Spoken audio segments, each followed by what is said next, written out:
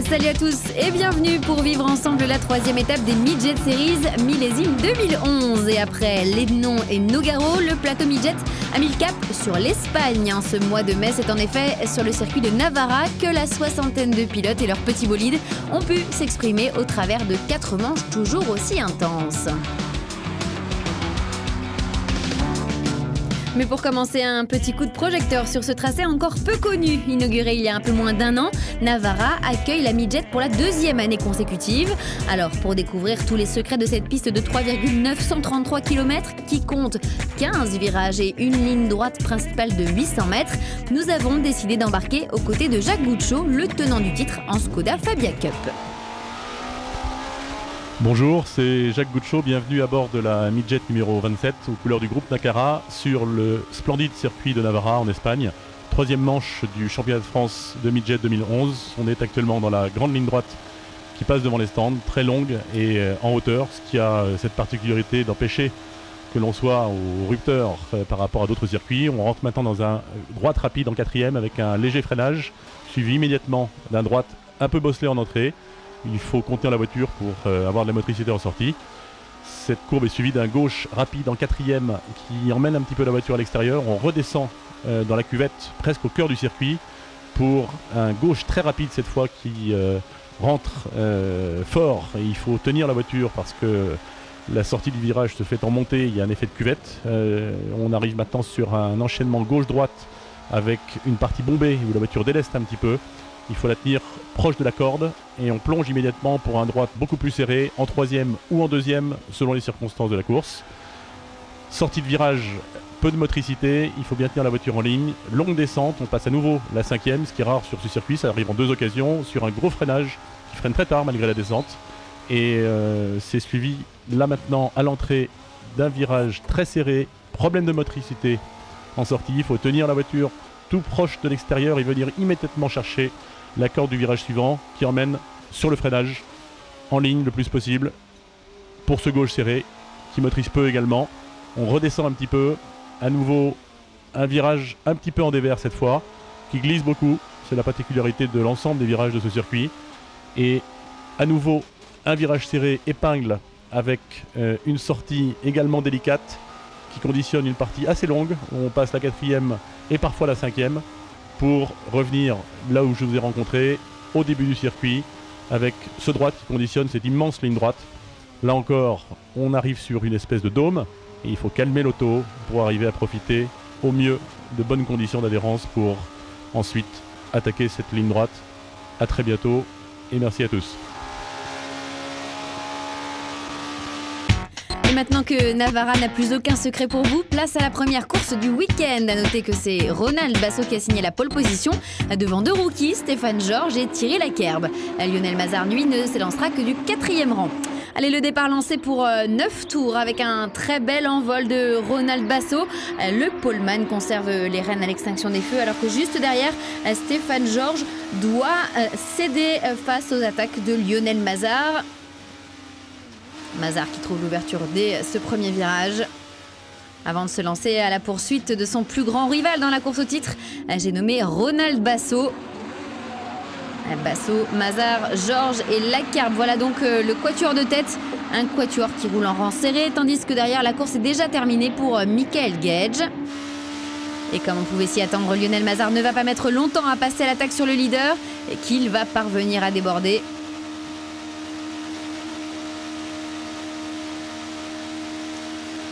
Mais Mazar, un peu optimiste au freinage, va sortir large. Et ses 2 adversaires vont en profiter pour reprendre leurs biens.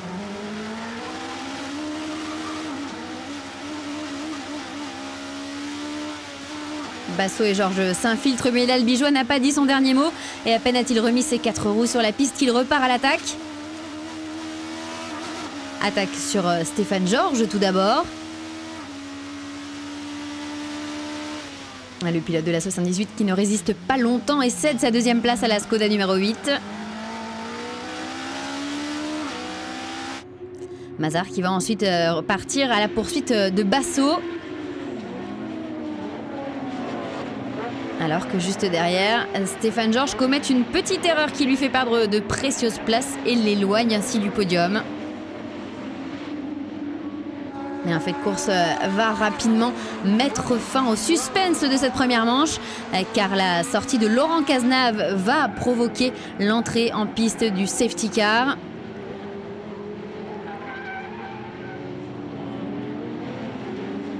La midget numéro 30 qui perd beaucoup d'huile. Le temps d'évacuer la voiture et de nettoyer la piste. Les midgets ne repartiront que pour la dernière ligne droite de cette course. Et sans surprise, c'est donc Lionel Mazar qui l'emporte devant Ronald Basso et Thierry Lacarbe. Un beau début avec Lionel, on s'est bien bataillé. Après un safety, on n'a pas tout compris parce que le safety à mon avis n'est pas sorti sous la bonne voiture. Donc on a suivi le train-train, essayé de rattraper le safety qu'on n'a jamais rattrapé parce qu'il n'y en avait pas en fait. Et ils nous ont relancé juste pour la ligne droite, donc bon, un peu dommage. Je pense qu'il y avait une belle bataille à faire avec Lionel et bon, tant pis, mais bon, une victoire quand même. C'est dommage que la course n'ait pas duré plus longtemps, parce que c'était bien sympa. En plus, je pense que j'étais un tout petit peu plus vite qu'eux et ça revenait bien et Lionel était un petit peu en difficulté.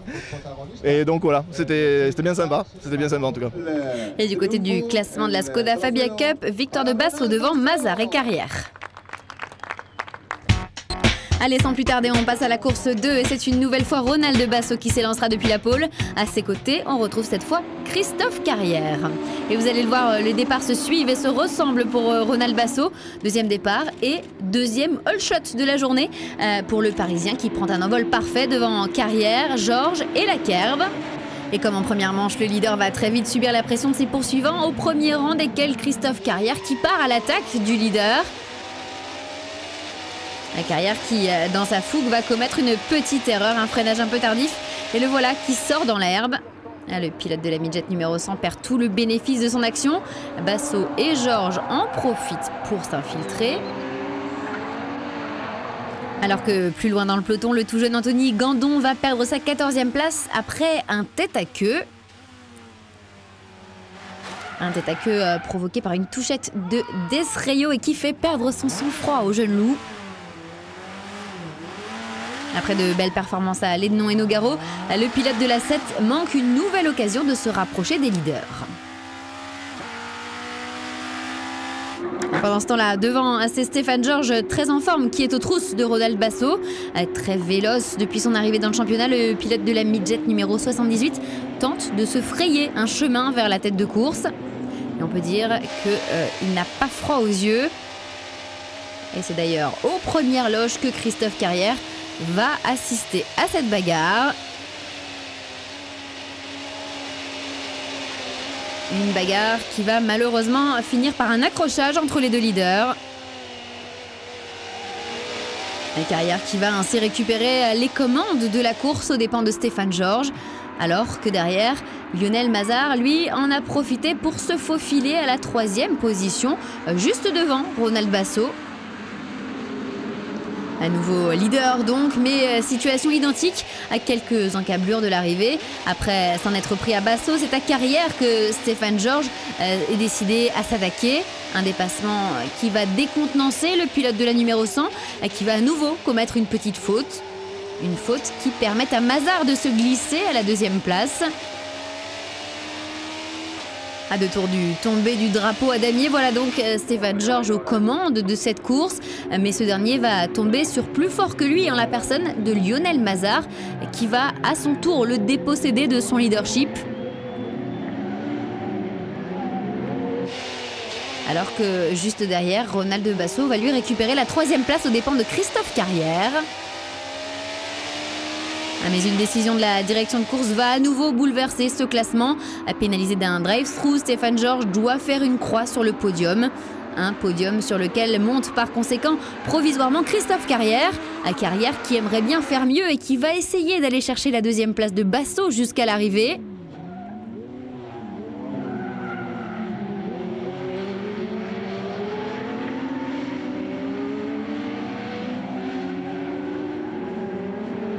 Une arrivée qui consacre une nouvelle fois Lionel Mazar. L'Albigeois s'impose devant Basso et Carrière. Le podium est identique en Skoda Fabia Cup. Ça a été une course compliquée pour moi parce que je partais 8e, donc au début ça faisait un peu bouchon devant moi. Puis petit à petit je suis revenu. J'ai eu de la chance, Ronald est sorti, donc ça m'a permis après de pouvoir faire le trou. Mais ouais, c'était compliqué.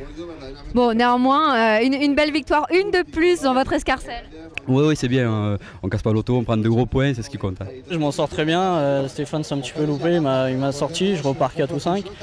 Pas mal d'écart devant, ça te gêne pas mal, donc j'arrive à remonter assez vite. Apparemment, il doit prendre un drive-through pour la petite faute qu'il a fait. Ça me permet de revenir sur Christophe et sur Lionel. Bon, 2-3 tours de plus, je pense que je revenais sur Lionel. J'étais plus vite que lui en fin de course. Mais bon, je suis content quand même de finir deuxième vu les problèmes. Oh Manu, photo! C'est le cadet de cette midget 2011. À tout juste 16 ans, Florian Potier fait cette année ses grands débuts dans la discipline. Des débuts prometteurs pour ce jeune pilote qui arrive tout droit des pistes de karting et pour qui la midget est une vraie révélation. Je viens du karting, donc j'ai fait du KF2 niveau international, donc j'ai fait WSK, GPO. Après, là cette année, je commence en parallèle avec la midget, je fais un peu de KZ 125 pour sentir un peu les sensations au niveau de la boîte de vitesse. Je voulais faire le passage du karting à l'automobile et je pensais que la midget était un bon compromis parce que les sensations sont un peu pareilles, on sent la voiture un peu partir, on sent un peu au niveau des hanches. Donc voilà, c'était le passage vraiment du karting à l'automobile et la midget c'est le bon compromis. Autre point commun avec le karting, les bagarres en peloton, des bagarres que le jeune homme prend à grand plaisir à partager avec ses adversaires. Beaucoup de bastons au niveau de la course, on se dépasse, il y en a un qui est un peu plus rapide en ligne droite donc il repasse, donc, puis il faut essayer un peu dans le peloton, rattraper le peloton qui est devant. Tout à l'heure j'ai eu des petits dépassements avec un autre pilote et puis après il est venu me voir et tout, c'était vraiment sympa pour féliciter et tout, pour se dire qu'on avait fait une belle manche et tout. C'est vraiment détendu et puis on n'y va pas en se prenant la tête, on vient dès qu'on traque, on se dit de toute façon si on finit pas devant c'est pas très grave. Il y a quand même pas mal de bons pilotes, donc si se hisser dans les 20 premiers, c'est déjà quelque chose de bien. Et s'il gravit les échelons un à un, Florian ne demeure pas moins ambitieux. Après un apprentissage indispensable, il entend bien venir bouleverser la hiérarchie. Petit à petit, on commence à aller un peu plus vite, à chercher un peu plus de sensations au niveau du freinage, d'accélération. Là, on vise pas vraiment la tête du classement, comme on est un peu dans une année d'apprentissage. Donc moi, mon but, c'est de faire une année d'apprentissage et l'année prochaine, vraiment pour y aller, pour gagner. Et si Florian entend bien gagner dès 2012, quels sont ses objectifs pour 2011 ? Un top 10, un top 5, ça serait quand même sympa. Je vise plus ce top 5 à la fin de la saison. Un autre rookie qui vise le podium, voire plus, cette année, c'est Anthony Gandon. Un podium qui s'est pour le moment refusé à lui. Néanmoins, pour ses tout premiers pas en sport auto, le jeune homme n'a pas manqué de se faire remarquer. Le podium, bon, à Le Denon et à Nogaro, on n'a pas eu trop de chance. À Denon, on a été classé dernier 2 fois. À Nogaro, on a cassé le moteur. Mais bon, pour la suite, j'espère un bon podium. Et pour atteindre son objectif, Anthony doit parfaire son apprentissage et notamment apprendre à gérer le trafic et les bagarres viriles pour espérer tenir tête aux habitués de la discipline. Me mêler au peloton, j'avais jamais fait. Je découvre quoi. Et après, quand tu te mêles à des mecs comme Ronald ou Lionel, bon là, ça commence à tourner fort. Et on va le rejoindre tout de suite, ce peloton de la Midget Series pour la 3e course du week-end. Et pour ce départ, on va embarquer aux côtés de Julien Jedet, 6e sur cette grille inversée et qui va prendre un excellent envol. Regardez, le pilote de la numéro 16 qui va en effet s'emparer de la 3e position, juste derrière le jeune Alexandre Simon et Lionel Mazar qui, vous l'avez vu, a surgi depuis la 9e position.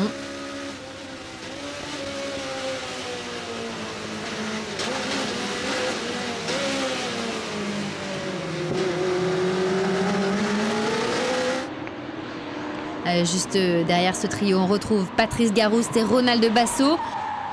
Basso qui va trouver l'ouverture sur le Toulousain dans la 2e boucle.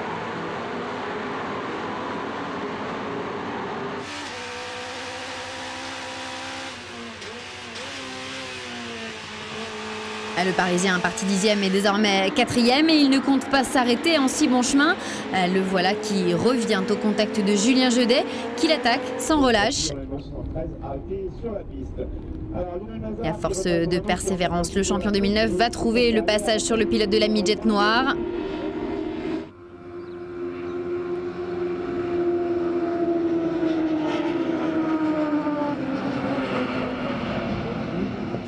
Jeudet qui va ensuite devoir faire face au retour d'un autre pilote, en l'occurrence Patrice Garouste.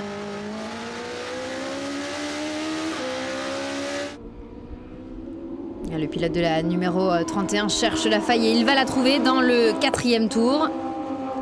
Mais son rival ne l'entend pas de cette oreille et il réplique.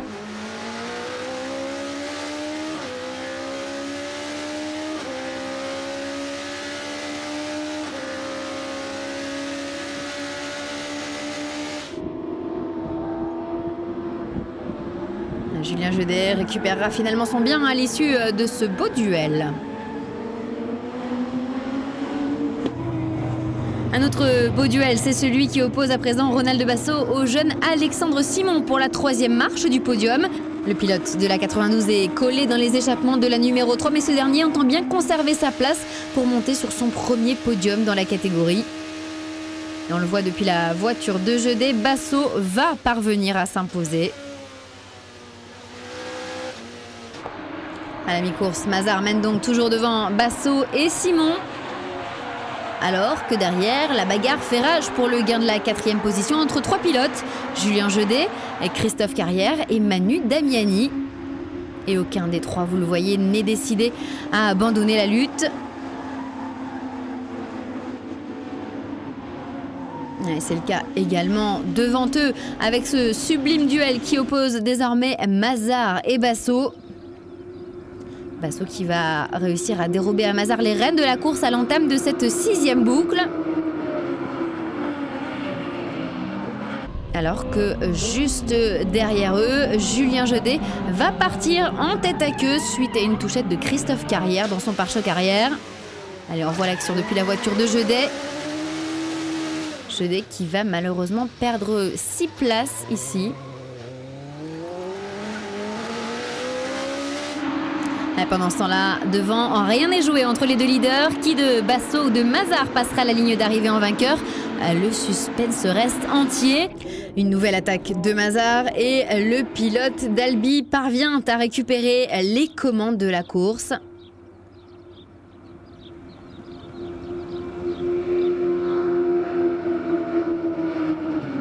Alors que juste derrière, Christophe Carrière est lui parvenu à prendre le dessus sur Alexandre Simon.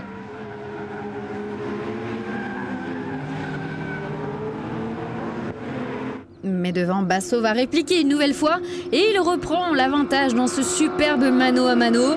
Nous sommes à un peu moins de 2 tours de l'arrivée et les 2 hommes se rendent coup pour coup. Et alors que la bagarre bat son plein entre Basso et Mazar derrière, un coup de théâtre est en train de se jouer. Suite à son contact avec Jeudet, le capot avant de Carrière va s'arracher soudainement dans la ligne droite.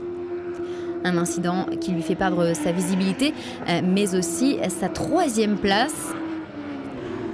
Christophe Carrière qui va malheureusement terminer sa course dans le rail. Un événement qui ne va cependant pas perturber les 2 hommes de tête qui, pendant ce temps-là, offrent aux spectateurs un dernier tour d'anthologie. Tous les deux de front dans la ligne droite, ils passent l'arrivée côte à côte. Et c'est finalement Mazar qui l'emporte sur Basso pour 3 petits millièmes.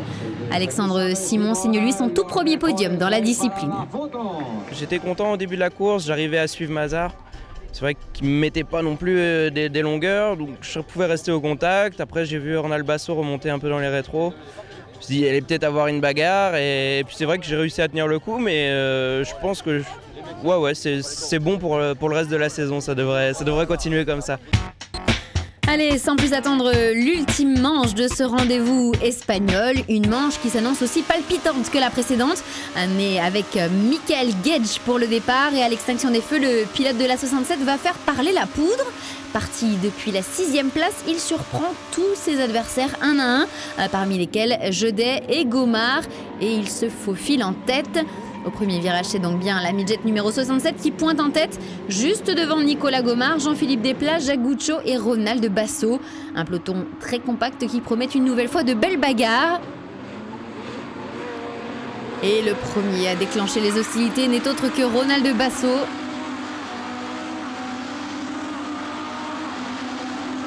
Le pilote de la numéro 92 qui s'empare de la 3e place aux dépens de Desplat.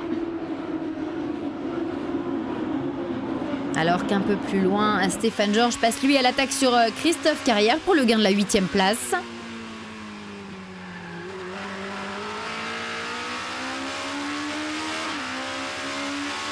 Et le festival Basso semble loin d'être terminé car après Desplat, le voilà qui s'attaque à Gomard. Le pilote de la 89 qui va finir par céder sa 2e place aux Parisiens. Alors que juste derrière, c'est une bagarre à 5 qui se joue dans le peloton.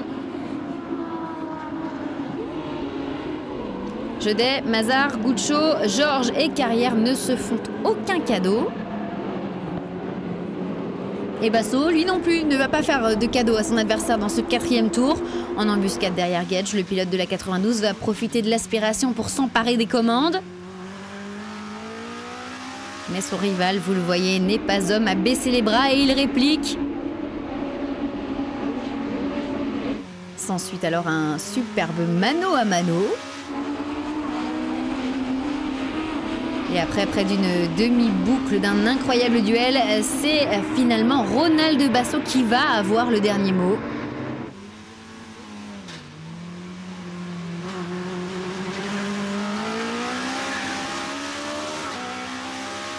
Basso qui récupère donc les commandes un petit peu après la mi-course, mais Basso qui doit continuer à hausser le rythme car derrière Lionel Mazard est revenu 3e. Après avoir dépassé Gomard, le pilote d'Albi aimerait bien faire le remake de la course 3.